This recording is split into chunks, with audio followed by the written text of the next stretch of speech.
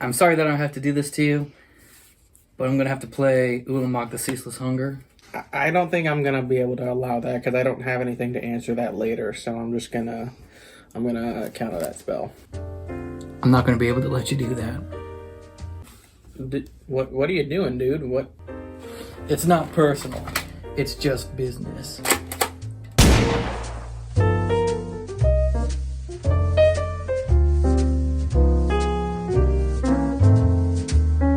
Hey guys, welcome back to the Geek and Seek podcast. I know what y'all who are watching and not just listening are thinking right now. Sean looks pretty different today. Yeah, put on a little weight. Yeah, so Sean's a bum, and today we are talking about the new cards from Streets of New Capenna, talking about some of our favorite cards from the new set. Sean, particularly, is not that excited about the set, because again, he's a bum. So we got our friend Preston in for today. He was in some of our old videos from a few years ago. And we also have Steven here today. Howdy. So we are each going to go talk about our top 5 cards from the set. And let's just get a quick 2 honorable mentions out of the way real quick. We got new additions to Charms, and then we're finishing the, quote, Triumph cycle. Honestly, these would be really high up on the list, but it would be really boring if we were just talking about Charms and lands. So we're just going to get them out of the way right now. I don't know what you guys want to say about them, but I have a Ramos deck, and Charms are really fun in there. Their flexibility is really fun. They fit in a lot of decks. And then the Triumphs, I mean, they speak for themselves. They're fetchable. They tap for 3 colors. If you don't need them later in the game, you can cycle them away. I think they're solid. I'm glad we're getting the rest of the cycle. Did you guys have anything else to add to that? That was pretty much it. You got it. So that's why they're honorable mentions, is because they're good, but not much else to say about them. I mean, you might have just said this, but they're also just very diverse. Like, they can do whatever, like, so many different things, and that's why I like them. Yeah, but they're also, like, perfectly fair, too. Mm-hmm. Like, they're not, like, there's no way that they enter untapped unless you have, like, that one amulet. Yeah, like an effect that makes your land enter untapped. Right. Yeah, so they're perfectly fair, and they're not, like, going to be, like, crazy expensive. Like, I think some of the alt arts will be, but just, like, the normal arts, I'm sure, like, while they're legal and standard and you can get them fairly easily once you wait a couple weeks, I'm sure they'll all be, like, in the $5 to $10 range, so they're not crazy expensive either. But let's go ahead and move to our actual list. Preston, why don't you walk us through your first card that we have here? So my first card is Luxior Gadia's Gift. It's a 1-cost legendary artifact equipment. Equipped creature gets +1/+1 for each counter on it. Equipped permanent isn't a planeswalker and is a creature addition to its other types. It can equip to a planeswalker for 1, and you can equip it to a regular creature for 3. And I think the thing I really liked about this card was mostly the planeswalker aspect of, making it so that your planeswalker can still do its loyalty abilities and, do all the stuff planeswalkers want to do, but makes them a bit more protected. And we're mostly commander players, and planeswalkers have always been kind of good, but also kind of really bad in commander because you have to protect them from 3 people instead of just 1. So they've always been a lot more sensitive, but this will keep them protected while still making them functional as a planeswalker, which I really like. I do have a question real quick. I did notice this card, and I really do like what this card does. But it implies that when it says equipped permanent, does that mean you could theoretically equip an enchantment that has counters on it? You'd have to make it into a creature first, but if it would stop being a creature from whatever made it into a creature in the first place, it'd still be one. Right. So the other situation where I think that applies is like vehicles. Like, vehicles are not creatures, but when you crew them, they are creatures. So I is that kind of what you're thinking? Partially, yeah. Okay. Yeah, I think it's pretty cool. In Commander, Planeswalkers are traditionally not very good because you have so many opponents. If they really want to get rid of your Planeswalker, they're going to. So in Commander, a lot of the time, if you're going to play a Planeswalker, you have to play something or play the ones that they come down, they do want their plus or their minus ability, and then you have to be like okay, now if it dies, I'm cool. I got the value out of out of it that I wanted. And I feel like that really limits to what planeswalkers you can play in Commander, but there's a lot of other ones that I like. So like in my Atraxa deck, I would have more planeswalkers in there, but there's a lot that if I don't get to keep them around for a couple turns, it's not worth the mana investment. But Luxior gives them a little bit extra protection, so I think it is pretty sweet. I don't know how powerful it actually is, but just the fact that it can help protect your planeswalkers a bit, I think it's pretty cool. So I'll go ahead and talk about my first card, which is Rumor Gatherer. For 1 white, 3 converted mana cost, a 2/1 elf wizard. Whenever another creature enters the battlefield under your control, scry 1.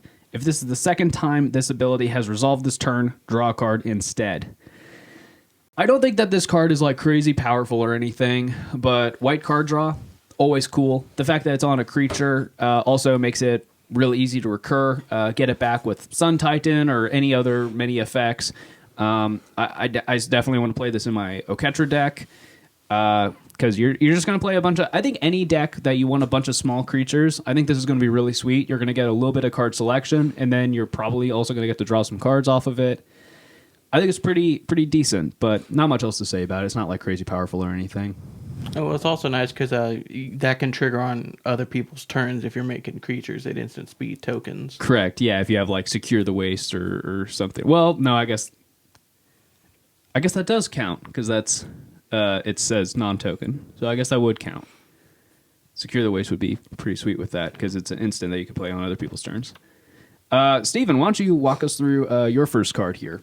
Yeah, so this is Depopulate. It's a sorcery for 2 and 2 white. It says each player who controls a multicolored creature draws a card and then destroys all creatures. I personally like this card because I mean it kind of does two things. Most people, especially in Commander, you're gonna have a multicolored creature, so it's kind of card draw, but it's also a board wipe, and for relatively low mana. So that's why I liked it. I thought it was pretty cool. I think I've been constructing a Shadrix Silver Quill Commander deck, and I think this would be a great addition to it. Yeah, I would say in a deck like your Silver Quill, or like I have a Kenrith Group Hug deck. I think in decks like this is like a really good board wipe because, yeah, you're going to clear the board, you're going to protect yourself. If you're wanting to cast a board wipe, it needed to happen.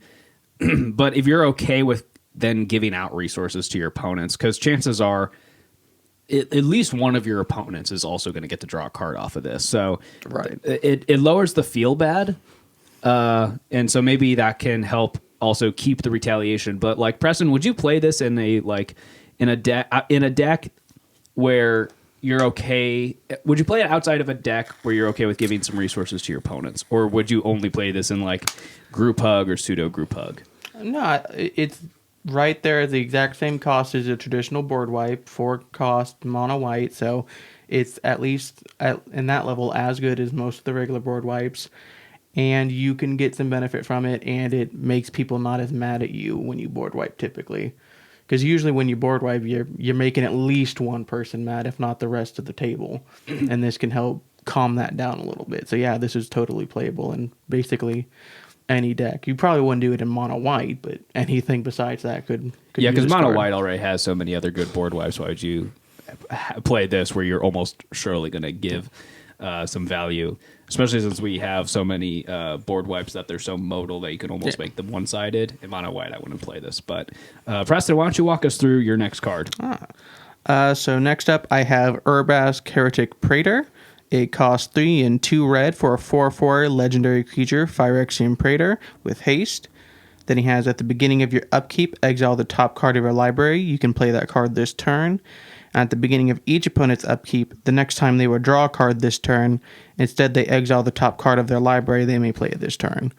And I like this card because it's just like the original Urbrask. It's one of the Praetors.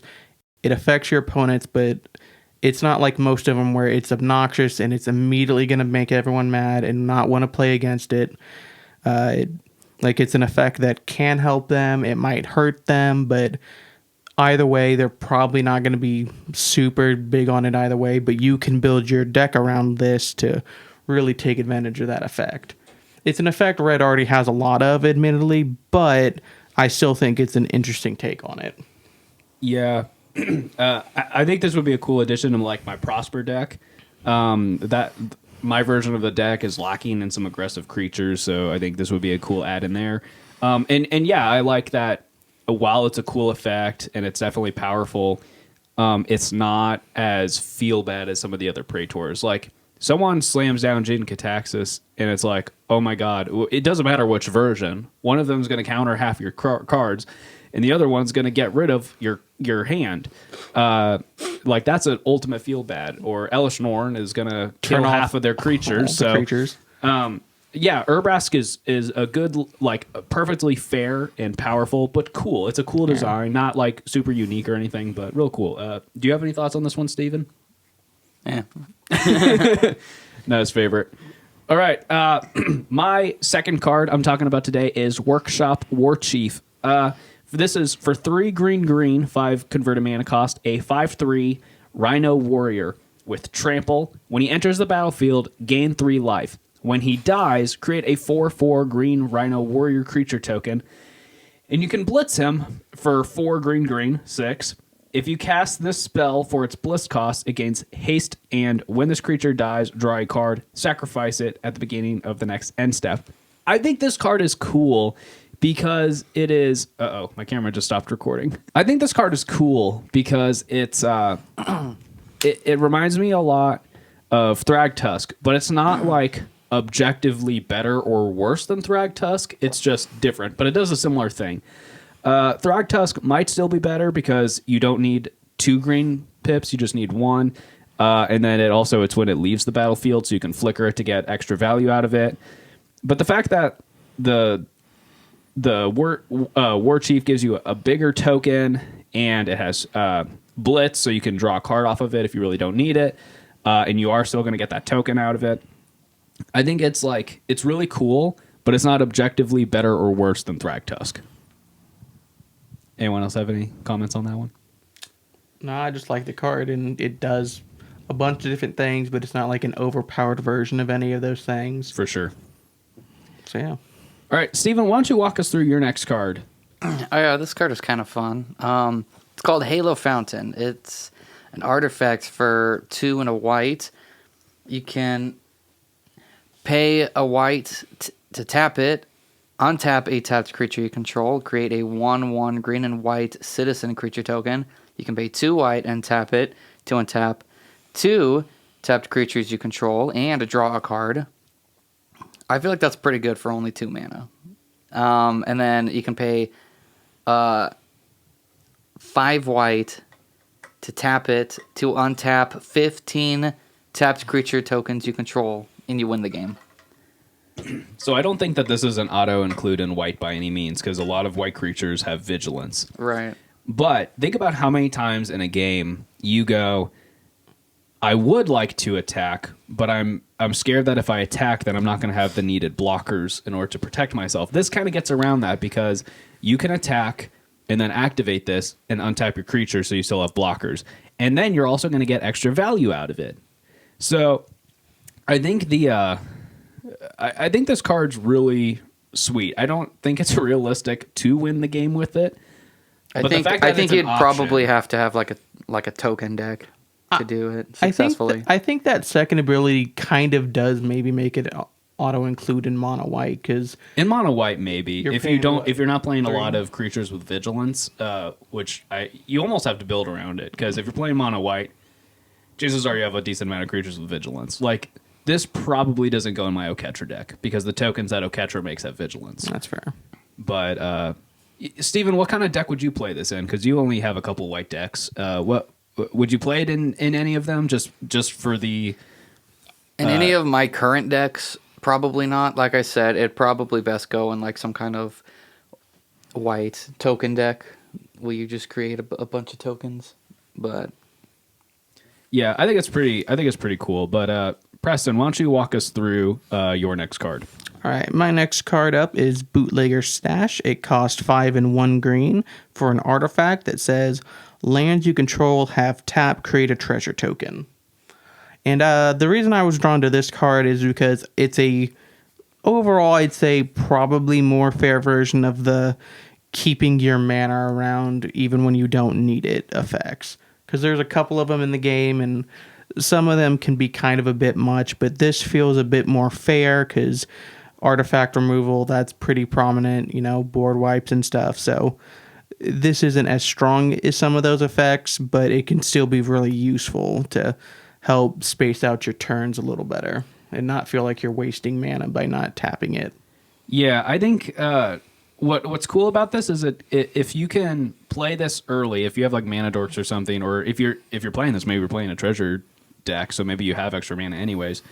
But just being able to save some extra mana. Say you have 5 lands and you're like, well, I can't really do anything this turn, but in a couple turns there's this huge spell I would like to cast. Then this lets you kind of use that mana set aside for later. And you're right, it is more fair than some other versions of that effect, because if someone cleansing Novas or austere commands and they get rid of all your artifacts, like, it's a feel bad, but it's all right, But I think it's a pretty cool effect. I mean, it's 6 mana, so when you have 6 mana, I feel like there's a lot of things that are just more impactful that you could be doing. But again, if you're playing something with a lot of really big spells, maybe it's nice to save it aside. So, question for you, Steven. You have a Joda deck. And in that, you have a lot of specific mana requirements you have to hit. You have to hit Wooburg in order to get your big creatures into play. Or if Joda dies too many times and it's too hard to recast him, is this a card that you would think about putting in that deck? Or is it kind of too, like, for 6 mana, you'd rather do something else? Probably. Because I'm cheap with land. So, yeah. That is true. You have a bunch of guild gates and stuff in your deck. Mm-hmm. Well, I got that win combo with that one card that says if you control all the gates, you win the game. Yeah, Maze's End. Yeah. All right. So my next card is Ob Nixilis, the Adversary. For 1 black, red, 3 mana, legendary Planeswalker that comes in with 3 loyalty. It has Casualty X. And as you cast this spell, you may sacrifice a creature with power X. When you do, copy the spell, and the spell is the copy is a token, and it is not legendary, and it comes in with loyalty X. So basically, you cast this, you sack a creature, you create a copy of this Planeswalker with loyalty equal to the power of the creature you sacrificed. +1, each opponent loses 2 life unless they discard a card. If you control a demon or devil, you gain 2 life. -2, create a 1/1 red devil creature token with, when this creature dies, it deals 1 damage to any target. That's, by itself, makes it pretty good, because say you do it for its casualty, you use one of them to -2 to get your devils. Then you +1 your copy so that you gain the life because you control devils. And then finally, -7, target player draws 7 cards and loses 7 life, which, yeah, if you need the cards, you can target yourself and get a bunch of cards. But if someone's really down there, I mean, you got these devils floating around that when they die, they're going to deal damage. You could maybe just kill someone off with this. But I think this card is really freaking sweet. I'm definitely wanting to put it in my Thraxamundar deck. But does anyone else have any thoughts about this one? Well, yeah, there's probably 30 different red cards that say if a red source you have would deal damage, it deals more damage in some capacity. Right. So you could very easily one-shot someone by having the copy come in and instantly doing the ultimate. And just wiping someone out right away with 3 mana. Right. So, Steven, I know you don't have a sacrifice deck right now, but what do you think about this card? Yeah, I don't get what Casualty does. Let me explain it again. It's a new ability. So when you cast the spell, you can sacrifice a creature. When you do, you get to copy this spell. Oh, okay, I get it. And the copy's not legendary. Right, so it's not like you lose one. Okay, gotcha. Yeah, I mean, okay, it's a card. I think this card's bonkers. I think there's a lot of... I think there's also room for this to get played outside of just Commander. Oh, yeah. But we'll have to wait and see, because there's already a good black-red shell for sacrifice in Pioneer, Historic, even Standard. So I think this has some room to get played. Steven, why don't you walk us through your next card? This is a fun card. Even the score. For X, And 3 blue, it's an instant that says this spell costs 3 blue less to cast if an opponent has drawn 4 or more cards this turn. And you can draw X cards. So I think especially in Commander, a lot of people are going to be drawing a lot of cards, I think. It depends on the deck. Once they got their engine going, right. it's very rarely that someone's not going to have the But opportunity. I think especially in Commander, it's relatively easy to cast this just for X, and thus it's just you pay 5, you draw 5 cards or whatever. So I think I'm glad it's an instant. Mm-hmm. But I don't know. I was on the fence about this one, so it'll be nice to get Preston's opinion on this one, because I think you like this card too, right? I like it, yeah. But if you have this much mana, chances are if you're going to want to wait to cast this, imagine you're like, okay, I could do something this turn, but instead I'm going to wait. I'm going to leave a bunch of my mana up so I can cast this even the score. You wait the whole turn cycle, and imagine the feel bad if no one draws 4 or more cards that turn, and you never get an opportunity to really pop off with this. Chances are you'll still cast it on the player before you use end step, so you still get to draw some cards, but imagine the feel bad if 3 less cards go into your hand because you waited. I don't really see that much of an issue because that's just blue. You're just like hoping they do the thing you want them to do so that you can do your cool thing in response. Yeah, like, that's kind of just blue's whole thing most of the time. Yeah, I mean, that's kind of what my Brawl deck is. You know, it's like I could try doing something, or I could leave my mana up and bluff that I have counters, and then even when they cast something, it's like, do I want to counter it? Do I not want to? It's just it's a tricky play pattern, but I don't know. Steven, what situations would you actually play this? Because I know you have a couple blue decks, but like what kind of deck do you really want to play this? Do you play it in a combo deck? Do you just do it for its straight up value? Like what are you trying to accomplish with it? I mean, with my Simic deck, I have Atrix and I have Twin Casters as the commander. I mean, that because it's green, there's going to be a lot of mana ramp, so you're going to get a lot of land. And because it's blue, it's going to have a lot of instant speed stuff. So I think this easily could go on that deck. Yeah, that's fair. Yeah, especially when you're pairing it with green and you're just going to have the extra mana to pump into it. Mm-hmm. So even if you do a small thing on your turn and then pass, it's like you might still be able to do something. But Preston, why don't you walk us through your next card? All right, next up we have Benny Brack's Zoologist. He costs 3 and 1 white for a 3/2 legendary creature elf druid. He has Convoke, and if you don't know, that effect lets you tap your creatures to help reduce the cost of the spell you're casting. This being Benny Brack's. And he says, at the beginning of each end step, if you create a token this turn, draw a card. Bonkers. I really love this because it's another mono white commander that can have genuinely good card draw. It's not overpowered. You can only get it once per turn, but you can get it on other people's turn because white can make tokens and instant speed like 1,000 different ways. So theoretically, you can at least a couple of times a game have a full rotation of getting 4 cards from this commander. Yeah, I think this is going to my O-Catcher deck. But I think you mentioned this, but because it has Convoke, it also gets around commander tax. Yeah. So that is really, really sweet. Steven, your Shadrix decks that you're building, is this going in there, or do you think it just doesn't create enough tokens? Well, the main way you create tokens would be from Shadrix's mode ability. But that's probably the effect you're usually using on the other person. Right. That's the one you're most likely to give to someone else. So, but you still create that token. It's not yours, but you create it. Oh, that's true. That's a good point. Oh, maybe this is pretty good in there then. Yeah. Oh, yeah. Huh. Yeah, I think this card is really sweet. I remember when you sent it to me, I was like, yeah, it's kind of cool, but the more I look at it, I'm like, oh, yeah, this is pretty sweet. I think it's going to go in a lot of decks. Is it from one of the Commander precons, or is it in the set boosters? It's in the precon. I think. I'm pretty sure. I don't know. I was trying to look for it when you sent it to me, and I couldn't really find exactly where it was, but 86 out of 93. Maybe it's a commander precon. I don't know. But anyways, I think it's pretty dang sweet. Assuming that this card isn't like super hard to find or super crazy expensive, I'm gonna probably try sticking it in a couple decks. But here's my second to last card. This is Zayatora the Incinerator.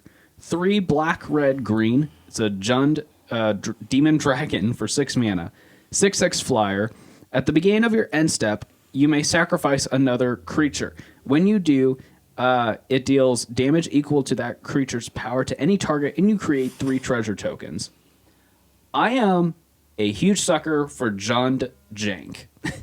I think this is just really fun, really cool. I like dragons. I have a Jund Dragon deck.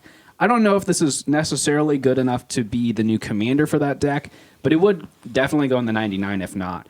Just because a lot of Jund Dragons, they don't have vigilance, and you can only have a few at a time because they're so mana intensive. So the fact that this lets you, say, you attack with a creature, and at your end step, you're like, all right, you've served your purpose. I'm going to now sacrifice you, deal damage to something else. You can get something out of the way. And then you can store up that treasure for a later turn. I mean, if it is your commander, that can go towards to recasting it if someone removes it and just eliminate the commander tax entirely and then some. Or it's just going to help you ramp into something really big and awesome. So I think this card is sweet. Again, does not have to just go in a dragon deck. You're playing any sacrifice themed deck, I think it's going to go in there. And even if not, it's not like you have to sacrifice it. It's a May ability. So I think if you're playing these colors, you should just be thinking about playing this card. I think, if anything, this card's more likely to go with Demon Tribal over Dragon. I feel like there's a lot of demons. There's not a lot of green demons, but I could see that argument. What do you think, Steven? That's cool. Steven has a very different play pattern than than a lot of the people in our play group. A lot of us like to sacrifice stuff and try using our resources differently, where Steven's like, why would I sacrifice my creatures? I just spent mana casting my creature. Can you go back to Benny the zoologist? Yeah, sure. Yeah, I was reading Shadrix again, and I am incorrect because it says one of Shadrix Silverquill's mode, it says target player creates the 2/1. Okay. So it's not, yeah. Okay, so Benny would not go in Shadrix. Probably not. Not practically. Okay, well, that's too bad. But, Steven, why don't you walk us through your second to last card? Oh, this one's fun. I think I've said that every single time. Okay. Well, I would hope so. If these are your top 5 cards, I would hope that you would be excited about all 5 of them. This is Reservoir Kraken for 2 and 2 blue. It's a creature Kraken, of course. 6/6. At the beginning of each combat, if Reservoir Kraken is untapped, any opponent may tap an untapped creature they control. If they do, tap Reservoir Kraken and create a 1/1 blue fish creature token with this creature can't be blocked. I don't know. Oh, I'm sorry. I forgot to mention it has War 2. Yeah, Trample on War 2. The War 2 is it's not nothing. All of a sudden, that 1 mana that someone left up for Swords to Plowshare, they're like, oh no, now I have to wait. I don't know. The Sea Creature Tribal is a real deck, and it seems pretty fun. I don't have that deck, but it seems fun. I think this is an auto include in that specific deck. But if you're not playing that, I don't know. Is the option to tap it down by your opponents tapping their creatures, is that enough that maybe this goes in just a normal blue control shell, or is this, I don't know, is a 6/6 trampler enough to put it into like a control deck, or what do you guys think? It's 6/6 for 4, which is insane. Blue always makes creatures that are worse than what you're putting into it, almost always. Yeah, I mean, a lot of other sea creatures in that deck are like, 7 mana for a 6/6 that has a moderately crappy effect. Yeah. So this definitely beats it on that, but I don't know. What do you think about the effect itself? Well, blue loves having creatures that can't be blocked, so it's also just great. Probably like those more than you like the 6/6 trampler. Actually, honestly. that might be It's true, also, especially if you get to do it more than once and you get a couple out of it. Yeah. It's also at the beginning of each combat if he's untapped. So he could do it on any player's turn. And also this, like I said, this would be, well, I didn't say this yet. this would be great to add in my my token deck because I'm going to create twice as many fishes. They can't be blocked. That's a lot of fish. It's a lot of fish. It reminds me a lot of there's a demon card from a few years ago that it's a black demon 6/6 flyer, and it has a similar ability where at the beginning of each combat, an opponent can sacrifice a creature. If they do, they tap the demon, but you get to put a 1/1 counter on it, and I think you also draw a card. Maybe I don't remember. To me, that's what this reminds me of. It's obviously very similar. There's like the blue version of that, and it kind of makes me want all of the colors to have something like that, where it's a 4-mana 6/6 that your opponents have the option to remove it from the combat equation, but they don't have to. And if they do, you get some kind of upside. I don't know. It's definitely good. And Steven, yeah, you're right. In your token deck, where you could easily, in your Ajax deck, double the amount of tokens you're going to get out of it. That is pretty sweet. Especially if you then have ways to buff those fish and make them bigger than 1/1s. Which I'd do. Yeah, so that could get pretty sweet. But I don't know. I don't know if I would play it, but it is definitely a sweet card. Preston, why don't you lead us through your last card? All right, last up we have Mari, the Killing Quill. 1 and 2 black for a 3/2 legendary creature, vampire assassin. She has whenever a creature an opponent controls dies, exile it with a hit counter on it. And then assassins, mercenaries, and rogues you control have death touch, and whenever this creature deals combat damage to a player, you remove a hit counter from a card that player owns in exile. If you do, draw a card and create 2 treasure tokens. When I saw this, I was almost sad that I took apart my rogues deck. Just because, like, you could easily get a lot of value out of this. Like, you're going to be able to play your opponent's stuff, which is always fun. And then you're going to also draw cards and create extra mana out of it. Like, this card is sweet. Well, you can't cast any of their stuff. You just exile it. Oh, okay, yeah. Yeah, still. I think it's still pretty dang sweet. So do you think this goes in the 99 in like a rogues deck, or do you think this is more of something that you just have to build around and like this has to be your commander?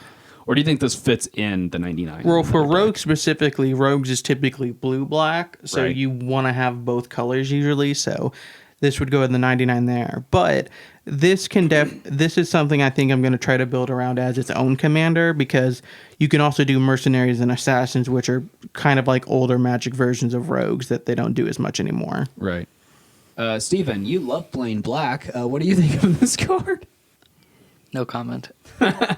Man, you're lame. Well, it's also good because most of those creatures are going to be small, but they'll have death touch, so people aren't gonna want to block the creatures. Yeah, and eventually that's just gonna stack up. It's like I could block the 1/1 and kill it, but I'd lose my creature, so I'll just take the 1. And it wouldn't go to the graveyard to get exiled. Right. Yeah. So I think this card is secretly pretty powerful. But my last card for the day is Quasar, Augur of Agonies for 1 white, blue, black, 4 mana. It's a 3/4 legendary cephalid adversary. So like the squid people. Whenever you draw a card, target opponent loses 1 life, and you gain 1 life. I like the uncommon commanders because it's like 1 line of text. You know what it does. Move on with your day. Because a lot of the rares and mythic commanders, it's like a wall of text. Like the card that you just read, there's a lot going on there. I really like these uncommons. I think this isn't necessarily a great commander because it says target opponent loses a life. It's not each opponent. So it's not like a crazy powerful commander. I don't think it would be unfair if it said each opponent. I don't know. That would mean like if you drew all 99 cards in your deck, you do not have enough damage there to kill all 3 of your opponents. So that's a real feel bad. However, I think it's still really good. I mean, if you're playing Esper, white, blue, black, you're drawing a lot of cards. You might as well just have this 4-mana creature that might get in for some damage, and then it's also doing something else while you're already drawing those cards that you would be drawing anyways. So I think this card's really fun. I think it's really cool. I have a couple decks it's probably going to slide into.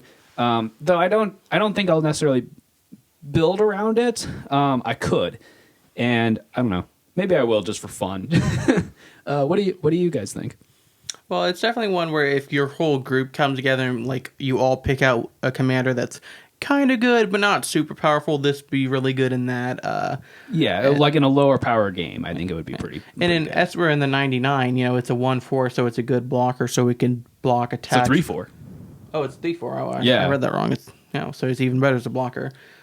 So you're probably not gonna be swinging with it, but it's a good blocker. And then black has 1,000 draining effects, so that one damage you're doing to people can start being a lot more. And white has a million things to do with all that life you're gaining, and blue has a million things to do with all the cards you're drawing. So you could definitely do some stuff with this. Yeah, that's a good card. It's not super OP or anything, but it's definitely a solid card. Yeah, I definitely think it could say each opponent and still not Oh, yeah. be like bonkers. I think it could still be like perfectly fair. But anyways, this also really makes me wish I had a PC so I could get Magic Online and play test it. Because the more I think about it, the more I'm like, I kind of want to build it, but I don't want to like put a bunch of money and time into building the deck and then it not be that good or that. So like I could just build it on Magic Online and play test it. But anyways, Steven, why don't you lead us through your last card? All right, this is Vivian on the Hunt. 4 and 2 green for a legendary planeswalker. It enters with 4 loyalty. It's +2. It says you may sacrifice a creature. If you do, search your library for a creature card with mana value equal to 1 plus the sacrifice creature's mana value. Put it on the battlefield and shuffle. This is just a really cool ability to just, if you had something that's good, but you want something that's a little bit better, it's solid, and I like it. It has +1 that says mill 5 cards. Then you put any number of target creature cards milled this way into your hand. And then it has a -1 ability that says create a 4/4 green Rhino Warrior creature token. I think people keep referring to this as the fair version of Birthing Pod, which is banned in Modern, by the way. But this kind of gives like those toolbox creature decks just something else to play with. So it is 6 mana, which is a lot to expect in formats like Modern and Legacy. But say the games go long, this is a great way to finish them off. There is a combo with this deck that has that one cat, I can't remember the name of it, and then Kiki Jiki, where you just create infinite creatures.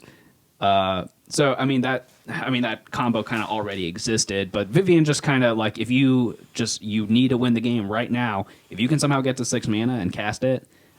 You also have to have a 3 mana body lying around in order to pull that off, I think, because you have to go grab the cat. But so it's a lot of setup. But again, fair Birthing Pod. I like that we can bring back a deck that's kind of been banned for a few years, and maybe it's playable again. But even like what Steven was saying, just a creature served its purpose. Maybe it just had an ETB that you wanted. But now that it's resolved, it's not going to be a good blocker. It's not going to be a good attacker.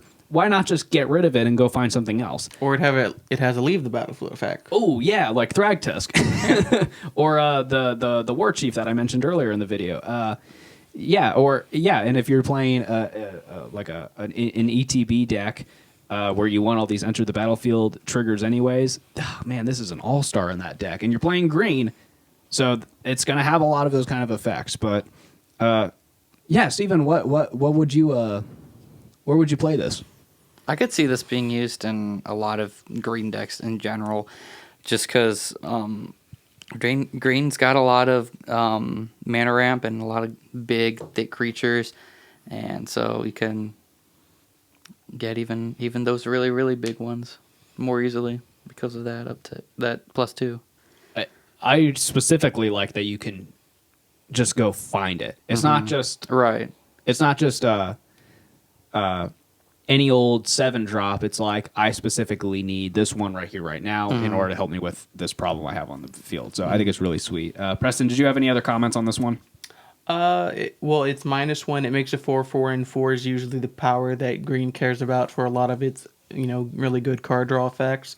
So that's nice. And then the middle Turns on your Ramos deck, Stephen. So yeah, it's just a really good green card. I feel like no one talks about that +1, which is the mill ability, which it's not always going to be something you want to think about, but Muldrotha is going to love this.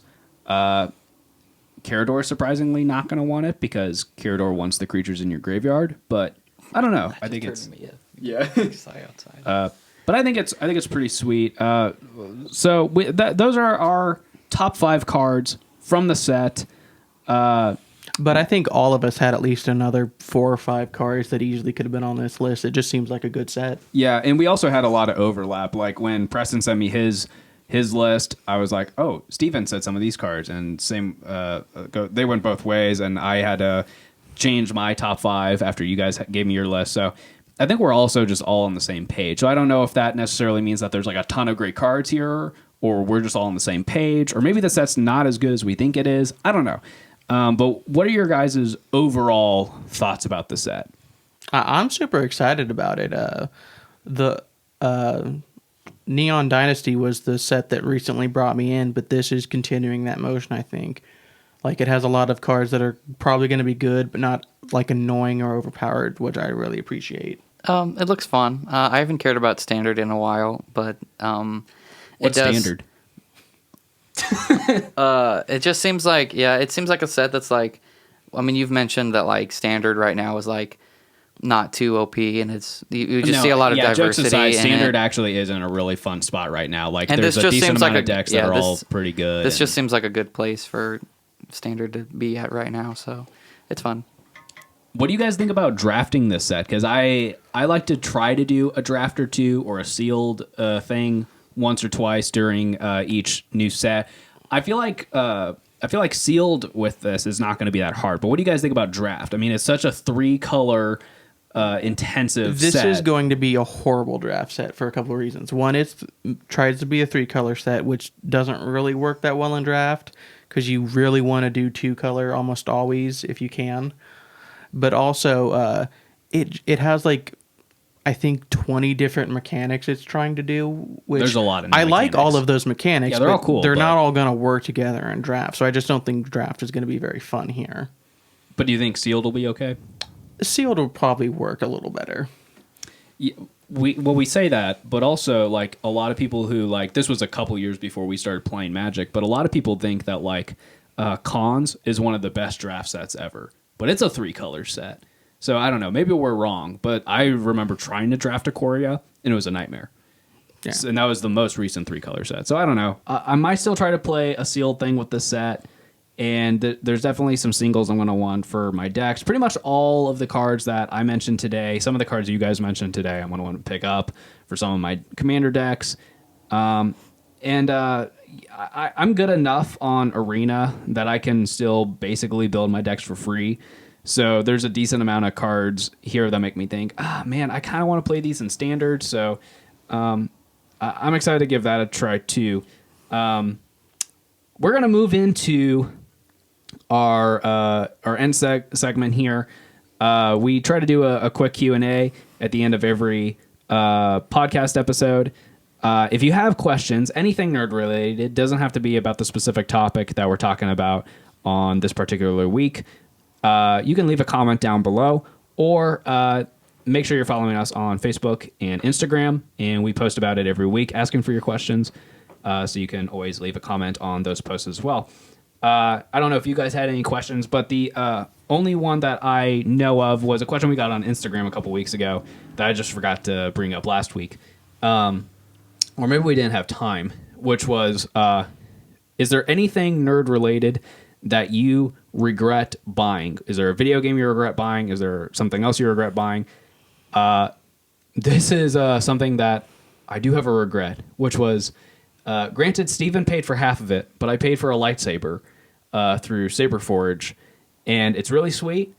But because Steven paid for it through his own account, Steven needs to be the one who gets it repaired because it has a malfunction of some kind. Yeah, you're right. And so months later, I still don't have a functioning lightsaber that I spent a couple $100 on. So Those lightsabers are totally sweet, and I definitely think it was worth it. But at the same time, yeah, I get it. We need to get it fixed. you need to get it fixed. That was like, the communist Bugs Bunny meme. That's the capitalist Bugs Bunny. He's like, You're a you capitalist. need to fix it. But what about you guys? Do you have any games or anything you regret buying or something like that? I regret the fact that you dragged me into Magic, I guess. Could have a few more $1,000 to my name, probably. Yeah, I do remember you were like a lot slower to get in the game than a lot of our friend group. Like when we started playing, you like for months were like, I'll borrow decks, I'll learn how to play, but I'm not going to spend any of my own money. But like fast forward a couple of years and you have almost as many decks as I do. So honestly, you keep tearing a lot of yours apart. I might have more at this point. oh yeah, that might be true. Steven, what about you? Do you have any things you regret buying? Not that I can think of. No. All right.